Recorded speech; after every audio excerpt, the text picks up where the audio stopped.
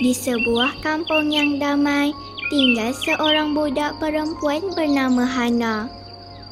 Assalamualaikum Ibu, Ayah.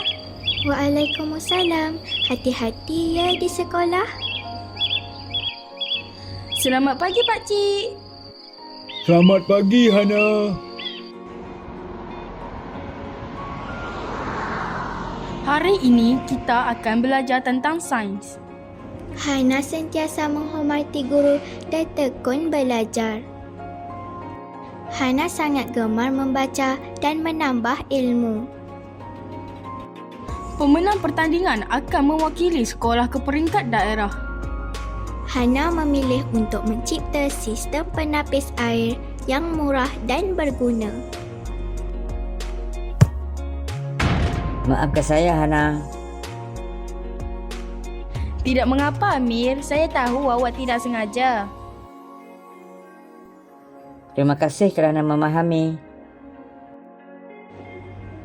Walaupun menghadapi cabaran, Hana tidak berputus asa.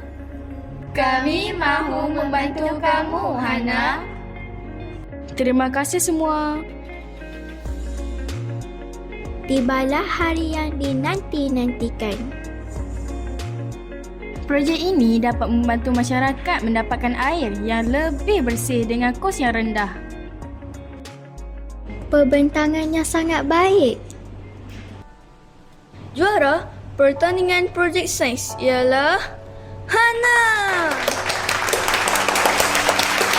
Terima kasih kepada ibu bapa, guru dan rakan-rakan yang membantu saya. Ilmu yang tinggi perlu disertai dengan adab yang baik.